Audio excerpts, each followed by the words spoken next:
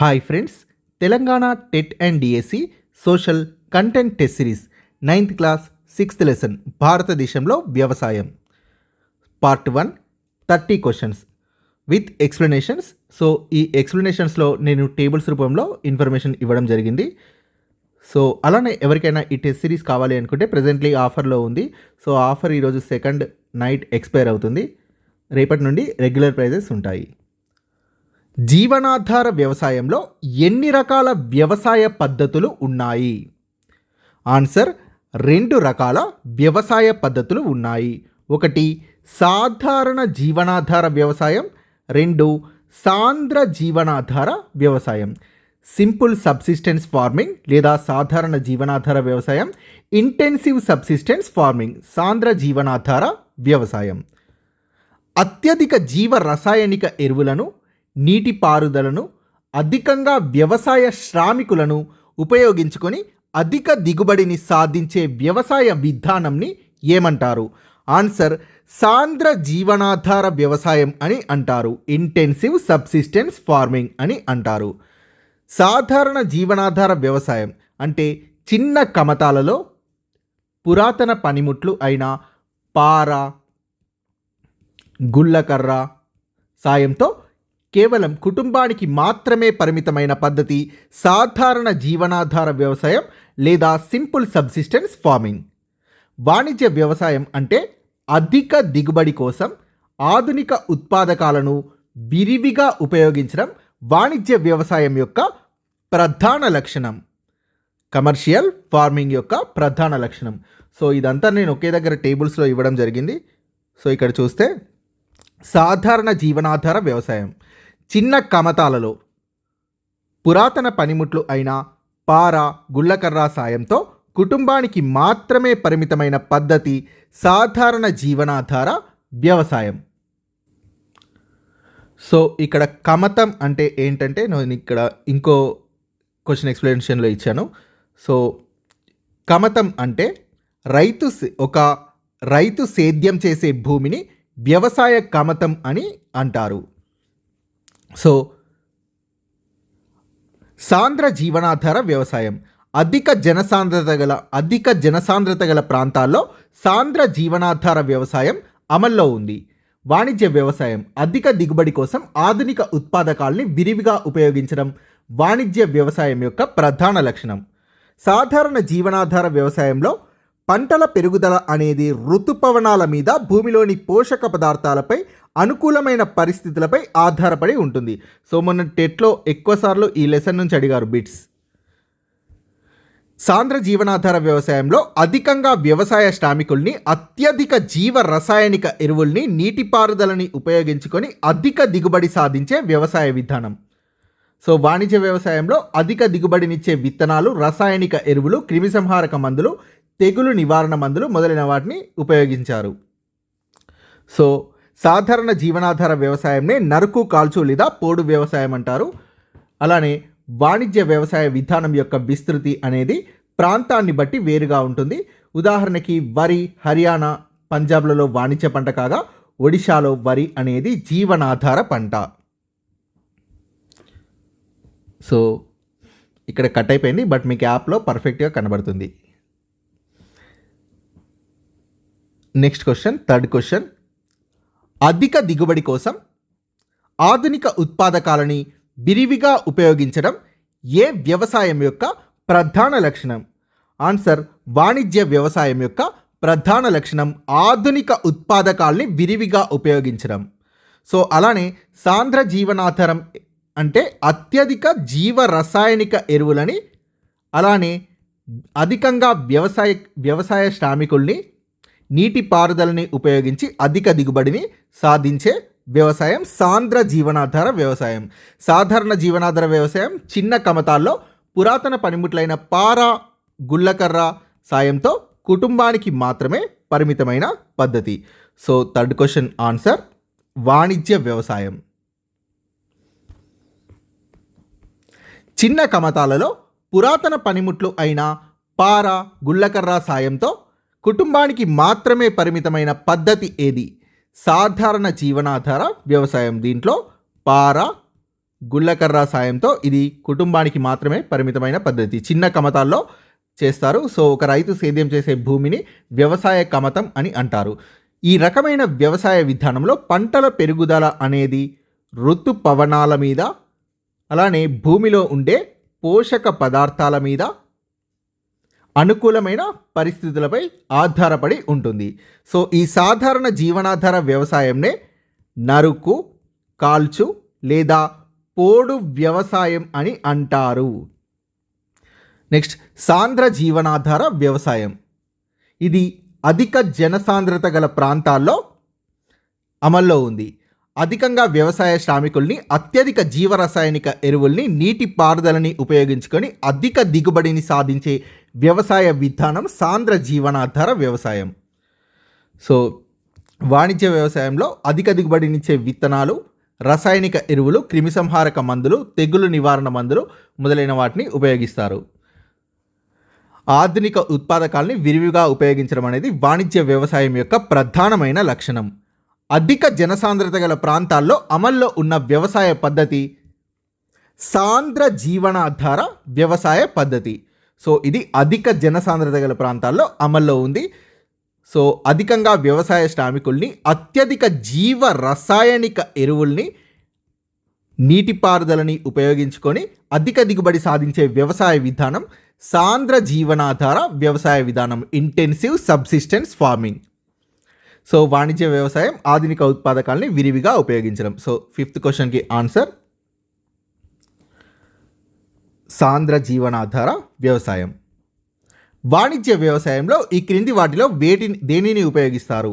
అధిక దిగుబడినిచ్చే విత్తనాలు, రసాయనిక ఎరువులు, క్రిమి సంహారక మందులు మరియు తెగులు నివారణ మందులు. So 1, 2, 3, 4 answer. వరిని ఏ రాష్ట్రం లేదా రాష్ట్రాల్లో జీవనాధార పంటగా పండిస్తున్నారు? ఆన్సర్ ఒడిషా. ఒడిషాలో వరిని జీవనాధార పంటగా పండిస్తున్నారు. వరిని ఏ రాష్ట్రం లేదా రాష్ట్రాల్లో వాణిజ్య పంటగా పండిస్తున్నారు? ఆన్సర్ హర్యానా మరియు పంజాబ్ రాష్ట్రాలలో వరిని వాణిజ్య పంటగా పండిస్తున్నారు. తోటల సాగు గురించి సరైనది లేదా సరైనవి గుర్తించండి. తోటల సాగు అనేది ఒక రకమైన వాణిజ్య వ్యవసాయ విధానం. కరెక్ట్. ఈ విధానంలో ఒకే పంటను ఎక్కువ విస్తీర్ణంలో పండిస్తారు. కరెక్ట్. భారతదేశంలోని తోట పంటలు తేయాకు, కాఫీ, రబ్బరు, చెరకు, అరటి. కరెక్ట్. సో పైవన్నీ కూడా సరైనవే. భారతదేశంలో ఎన్ని పంట కాలాలు ఉన్నాయి? ఆన్సర్ 3 పంట కాలాలు ఉన్నాయి. అవి 1 రబీ, 2 ఖరీఫ్, 3 జయాద్. సో రబీ, ఖరీఫ్ల మధ్య స్వల్పకాల వ్యవధిలో పండించేది జయాద్. వ్యవసాయ పంటలు వేటిపై ఆధారపడి ఉంటాయి? ఋతువులు, మృత్తికలు, నీరు, సూర్యరశ్మి. సో వీటిపై ఆధారపడి ఉంటాయి వ్యవసాయ పంటలు. వ్యవసాయ పంటలు సో ఉష్ణోగ్రత, అలానే ఆర్ద్రత కూడా ప్రధానమైన అంశాలు పంటలనేవి. సో వీటిపై కూడా ఆధారపడి ఉంటాయి. సో నీటి లభ్యత, ఇతర అంశాలతో నిమిత్తం లేకుండా కొన్ని రకాల పంటలని ప్రత్యేక ఋతువుల్లోనే సాగు చేస్తారు. ఏ ప్రాంతంలోనైనా సరే ఋతువుల్ని బట్టి పంటలు మారుతూ ఉంటాయి. సో వ్యవసాయ పంటలు మరియు ఋతువుల గురించి సరైనవి గుర్తించండి. వ్యవసాయ పంటలు ఋతువుల మీద ఆధారపడి ఉంటాయి. కరెక్ట్. నీటి లభ్యత, ఇతర అంశాలతో నిమిత్తం లేకుండా కొన్ని పంటలు కొన్ని ప్రత్యేక ఋతువుల్లోనే సాగు చేస్తారు. కరెక్ట్. ఏ ప్రాంతంలోనైనా సరే ఋతువుల్ని బట్టి పంటలు మారుతూ ఉంటాయి. కరెక్ట్. సో పైవన్నీ కూడా సరైనవే. రబీ పంటను ఈ నెలల మధ్యకాలంలో విత్తుతారు. ఆన్సర్ అక్టోబర్ నుండి డిసెంబర్ మధ్యకాలంలో రబీ పంటను విత్తుతారు. శీతాకాలంలో రబీ పంటను శీతాకాలంలో అక్టోబర్ నుండి డిసెంబర్ మధ్యకాలంలో విత్తుతారు. ఏప్రిల్ నుండి జూన్ మధ్యకాలంలో పంట కోతలు ప్రారంభం అవుతాయి. ఈ క్రింది వాటిలో రబీ పంట కానిది గుర్తించండి. ఆన్సర్ కందులు. సో రబీ పంట గోధుమ, శనగలు, ఆవాలు, బార్లీ, బఠానీ. సో ఇవన్నీ కూడా రబీ పంటలు. గోధుమ, శనగలు, ఆవాలు, బార్లీ, బఠానీ. కందులు అనేవి ఖరీఫ్ పంట. సో ఆన్సర్ కందులు. సో ఇది ఒకసారి చూద్దాం. సో రబీ పంటలు పంట కోత ఏప్రిల్ జూన్. ఖరీఫ్ పంట కోతలు సెప్టెంబర్ నుండి అక్టోబర్ మధ్య. సో ఇది ఏప్రిల్ నుండి జూన్ మధ్యలో. సో రబీ పంటలు గోధుమ, బార్లీ, బఠానీ, శనగలు, ఆవాలు. ఖరీఫ్ పంటలు వరి, మొక్కజొన్న, జొన్న, సజ్జ, కందులు, పెసలు, మినుములు, పత్తి, జనుము, వేరుశెనగ, సోయాబీన్. ఇవన్నీ కూడా ఖరీఫ్ పంటలు. జయాద్ పంటలు పుచ్చకాయలు, కర్బూజా, దోసకాయ, కూరగాయలు, పశువుల మేత. ఇవన్నీ జయాద్ పంటలు, జయాద్ కాలంలో పండించే పంటలు. So next question. నైరుతి ఋతుపవనాల రాకతో దేశం మొత్తం ప్రారంభమయ్యే కాలం ఏది? ఆన్సర్ ఖరీఫ్ కాలం. నైరుతి ఋతుపవనాల రాకతో దేశమంతటా ఖరీఫ్ కాలం ప్రారంభమై సెప్టెంబర్ నుండి అక్టోబర్ మధ్యకాలంలో పంట కోతలు అనేవి ప్రారంభమవుతాయి. సో అదే ఒకవేళ రబీ అయితే శీతాకాలంలో అక్టోబర్ నుండి డిసెంబర్ మధ్య విత్తుతారు. అయితే ఏప్రిల్ నుండి జూన్ మధ్యకాలంలో పంట కోతలు అనేవి ప్రారంభమవుతాయి. ఈ ఖరీఫ్కి రబీకి మధ్య గల స్వల్ప వ్యవధి గల పంట ఋతువునే జయాద్ అని అంటారు. పశ్చిమ విక్షోభాల వల్ల శీతాకాలంలో సంభవించే కొద్దిపాటి వర్షపాతం ఏ పంటలకు అత్యంత అనుకూలం, అత్యంత ఉపయోగకరం? ఆన్సర్ రబీ పంటకు. పశ్చిమ విక్షోభాల వల్ల శీతాకాలంలో సంభవించే కొద్దిపాటి వర్షపాతం అనేది రబీ పంటకు అత్యంత అనుకూలం. పంజాబ్, హర్యానా, పశ్చిమ ఉత్తరప్రదేశ్, రాజస్థాన్లలో సో హరిత విప్లవం అనేది సక్సెస్ అయింది. సో దీనివల్ల ఇది రబీ పంటలకు తోడ్పడింది. పంజాబ్, హర్యానా, పశ్చిమ ఉత్తరప్రదేశ్, రాజస్థాన్లలో కొన్ని చోట్ల హరిత విప్లవం అనేది విజయవంతమైంది. ఇది రబీ పంటలకు అభివృద్ధి చెందడానికి దోహదపడింది. సో ఈ పాయింట్ కూడా గుర్తుపెట్టుకోండి. ఖరీఫ్ పంటలని గుర్తించండి. సో ఖరీఫ్ పంటలు వరి, మొక్కజొన్న కరెక్ట్. జొన్న, సజ్జ, కందులు కరెక్ట్. సో బార్లీ, ఆవాలు. ఈ బార్లీ, ఆవాలు అనేవి రబీ పంటలు. పెసలు, మినుములు, పత్తి. సో ఇవి ఖరీఫ్ పంటలు. So correct. జనుము, వేరుశెనగ, సోయాబీన్ ఖరీఫ్ పంటలు. గోధుమ, బఠానీ, శనగలు. సో ఇవి రబీ పంటలు. సో ఇందులో రబీ పంటలు వచ్చేసి బార్లీ, ఆవాలు, గోధుమ, బఠానీ, శనగలు. సో మిగిలినవి ఖరీఫ్ పంటలు. So answer 1, 2, 4, 5. 1, 2, 4, 5. సో చాలా ఇంపార్టెంట్ ఖరీఫ్ ఏది, రబీ ఏది అనేది. సో చూసుకోండి. రబీ పంటలు మళ్ళీ చూద్దాం. గోధుమ, బార్లీ, బఠానీ, శనగలు, ఆవాలు. ఖరీఫ్ పంటలు వరి, మొక్కజొన్న, జొన్న, సజ్జ, కందులు, పెసలు, మినుములు, పత్తి, జనుము, వేరుశెనగ, సోయాబీన్. సో ఇవన్నీ ఖరీఫ్ పంటలు. సో ఫ్రూట్స్ అనేవి జయాద్. Next question. పశువుల మేతను ఏ కాలంలో పండిస్తారు? ఆన్సర్ జయాద్ కాలంలో పండిస్తారు. సో ఖరీఫ్, రబీ పంట కాలాల మధ్య స్వల్ప వ్యవధి గల పంట ఋతువుని జయాద్ అంటారు. పుచ్చకాయలు, కర్బూజా, దోసకాయ, కూరగాయలు, పశువుల మేత మొదలైన వాటిని జయాద్ కాలంలో పండిస్తారు. ప్రపంచంలో అత్యధికంగా వరిని పండిస్తున్న దేశం ఏది? Answer China.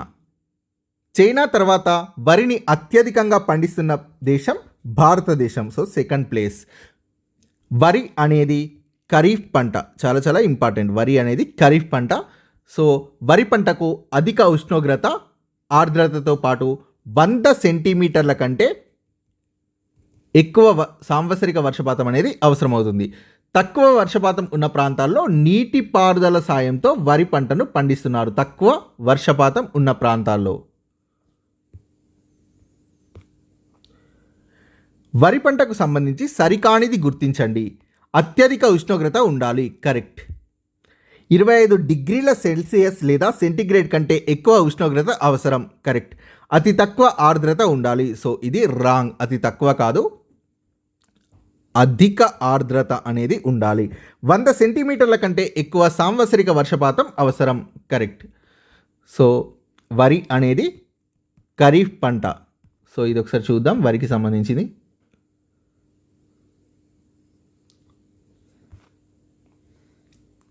భారతదేశంలో అత్యధికులు వినియోగించే ముఖ్యమైన ఆహారం వరి. ప్రపంచంలో అత్యధికంగా వరిని పండిస్తున్న దేశం చైనా. ప్రపంచంలో చైనా తర్వాత అత్యధికంగా వరిని పండిస్తున్నది భారతదేశం. వరి అనేది ఖరీఫ్ పంట.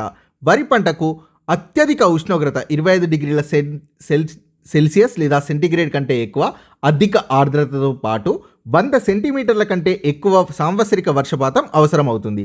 సో తక్కువ వర్షపాతం కలిగిన ప్రాంతాల్లో నీటిపారుదల సాయంతో వరిని పండిస్తున్నారు. సో 19th క్వశ్చన్కి 20 క్వశ్చన్కి రెండింటికి సో వరి గురించే ఉండడం వల్ల సో సేమ్ ఇన్ఫర్మేషన్ ఉంటుంది. సో రిపీటెడ్గా చదవండి. సో టెస్ట్ సబ్మిట్ చేసిన తర్వాత మీకు ఇలా కనబడుతుంది. సో మీరు ఈజీగా ఆన్సర్ చేయగలరు. వరి పంటకు ప్రసిద్ధి చెందిన ప్రాంతాల్లో సరైనవి గుర్తించండి. ఉత్తర మైదానాలు కరెక్ట్, ఈశాన్య ప్రాంత మైదానాలు కరెక్ట్, తీర ప్రాంతాలు, డెల్టా ప్రాంతాలు కరెక్ట్. సో పైవన్నీ కూడా సరైనవే. సో దీంట్లో గోధుమకు కూడా 2 ప్రసిద్ధి చెందిన ప్రాంతాలు ఉన్నాయి. సో అవి కూడా నేను దీని పక్కకే ఇవ్వడం జరిగింది. సో ఈజీగా ఐడెంటిఫై చేయవచ్చు. వరి పంటకు ప్రసిద్ధి చెందిన ప్రాంతాలు ఉత్తర మైదానాలు, ఈశాన్య ప్రాంత మైదానాలు, తీర ప్రాంతాలు, డెల్టా ప్రాంతాలు కాగా గోధుమ పంటకు ప్రసిద్ధి చెందిన ప్రాంతాలు వాయువ్య ప్రాంతంలోని గంగా సట్లెజ్ మైదానాలు, దక్కన్ పీఠభూమిలోని నల్లరేగడి ప్రాంతం. So next question 22nd. ఏ రాష్ట్రాల్లో కాలువలు, గొట్టపు బావుల ద్వారా నీటిని అందించడంతో వరి పంటను సాగు చేస్తున్నారు? సో పంజాబ్, హర్యానా, పశ్చిమ ఉత్తరప్రదేశ్ కరెక్ట్, సో రాజస్థాన్. ఈ 4 రాష్ట్రాల్లో కాలువలు, గొట్టపు బావుల ద్వారా నీటిని అందించడంతో వరిని సాగు చేస్తున్నారు. ఎందుకంటే ఇవి తక్కువ వర్షపాతం కలిగిన రాష్ట్రాలు కావడం వల్ల కాలువలు, గొట్టపు బావుల ద్వారా వరి పంటను సాగు చేస్తున్నారు. పంజాబ్, హర్యానా, పశ్చిమ ఉత్తరప్రదేశ్, రాజస్థాన్లలో.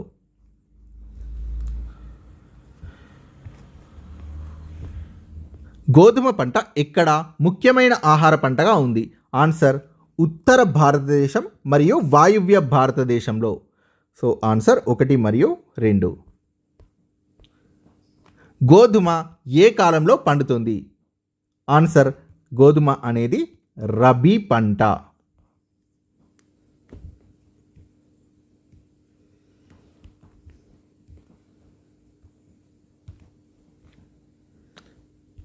గోధుమ పంట పండించడానికి సంబంధించి సరికానిది గుర్తించండి. గోధుమను రబీ కాలంలో పండిస్తారు కరెక్ట్. అధిక ఉష్ణోగ్రత ఉండాలి. సో ఇది రాంగ్. గోధుమ పంట పండించడానికి కావలసినది మిత ఉష్ణోగ్రత, అంటే తక్కువ ఉష్ణోగ్రత. కోతకు వచ్చే సమయంలో వాతావరణం ప్రకాశవంతంగా ఉండాలి కరెక్ట్. పంటకాలం మొత్తం సమానంగా విస్తరించి ఉండే 50 నుండి 70 సెంటీమీటర్ల వర్షపాతం అభిలషణీయం.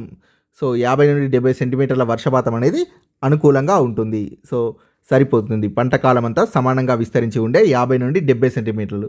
సో ఇది కూడా కరెక్టే. సో ఇందులో సరికానిది ఆప్షన్ 2. వరి తర్వాత 2వ ముఖ్యమైన తృణధాన్యం గోధుమ. గోధుమ అనేది ఉత్తర మరియు వాయువ్య భారతదేశంలో ముఖ్యమైన ఆహార పంట. So next question. భారతదేశంలో ముఖ్యమైన గోధుమ పండే ప్రాంతాల్ని గుర్తించండి. సో వాయువ్య ప్రాంతంలోని గంగా సట్లెజ్ మైదానాలు కరెక్ట్, దక్కన్ పీఠభూమిలోని నల్లరేగడి ప్రాంతం. సో ఇవి 2 సరైనవి 1 and 2. గోధుమను ఉత్పత్తి చేసే ముఖ్యమైన రాష్ట్రాల్ని గుర్తించండి. ఉత్తరప్రదేశ్, మధ్యప్రదేశ్, పంజాబ్, హర్యానా, బీహార్, రాజస్థాన్. సో తమిళనాడు కాదు. సో ఈ 3 కూడా, సో ఈ 3 ఆప్షన్స్. సో ఈ 6 రాష్ట్రాల్లో గోధుమను ముఖ్యంగా ఉత్పత్తి చేస్తాయి. సో తమిళనాడులో వెదర్ అనేది గోధుమకి సరిపోదు. సో అందువల్ల ఇక్కడ గోధుమ అనేది తక్కువగా పండుతుంది. సో ఉత్తరప్రదేశ్, మధ్యప్రదేశ్, పంజాబ్, హర్యానా, బీహార్, రాజస్థాన్. 1, 2, 3. మొక్కజొన్న పంట గురించి సరికానిది గుర్తించండి. మొక్కజొన్న ఆహారంగాను పశువుల దానాగాను ఉపయోగపడుతుంది కరెక్ట్. మొక్కజొన్న ఖరీఫ్ పంట. బీహార్ లాంటి కొన్ని రాష్ట్రాల్లో మొక్కజొన్నను రబీ కాలంలో కూడా పండిస్తారు. కరెక్ట్. మొక్కజొన్నకు 21 నుండి 27 డిగ్రీల సెల్సియస్ లేదా సెంటీగ్రేడ్ ఉష్ణోగ్రత అవసరం. కరెక్ట్.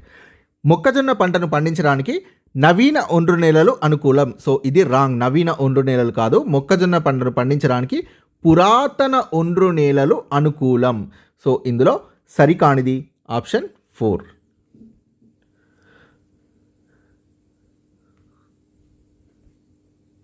సో గుర్తుపెట్టుకోండి, మొక్కజొన్నని బీహార్ లాంటి రాష్ట్రాల్లో రబీ కాలంలో కూడా పండిస్తారు. ఇది ఖరీఫ్ పంట, బట్ బీహార్ లాంటి కొన్ని రాష్ట్రాల్లో రబీ కాలంలో కూడా పండిస్తారు. ఈ క్రింది రాష్ట్రాల్లో మొక్కజొన్న ముఖ్యమైన పంట. Telangana, AP correct. అస్సాం, పంజాబ్ కాదు. So Uttar Pradesh, Madhya Pradesh correct. Bihar, Karnataka correct. So ఇందులో 1, 3, 4. తెలంగాణ, ఏపీ, ఉత్తరప్రదేశ్, మధ్యప్రదేశ్, బీహార్, కర్ణాటకలో మొక్కజొన్న ముఖ్యమైన పంట. సో నేను నెక్స్ట్ టెస్ట్లో ఏ రాష్ట్రాల్లో ఏ పంట పండుతుంది అనేది కూడా టేబుల్స్లో ఇవ్వడం జరుగుతుంది. ప్రపంచంలో జొన్న ఉత్పత్తిలో మరియు విస్తీర్ణంలో, జొన్నని ఉత్పత్తి చేయడంలో మరియు విస్తీర్ణంలో భారతదేశం యొక్క స్థానం ఎంత? Answer 3. So thank you friends. కింద డిస్క్రిప్షన్లో శశి అకాడమీ యాప్ ఉంటుంది. యాప్ ఇన్స్టాల్ చేసి స్టోర్లోకి వెళ్తే మీకు ఈ టెస్ట్ సిరీస్ కనబడుతుంది. సో పర్చేస్ చేయొచ్చు. Please subscribe this channel. మీకు వీడియో కనుక నచ్చితే లైక్ చేయండి ఫ్రెండ్స్. Thank you.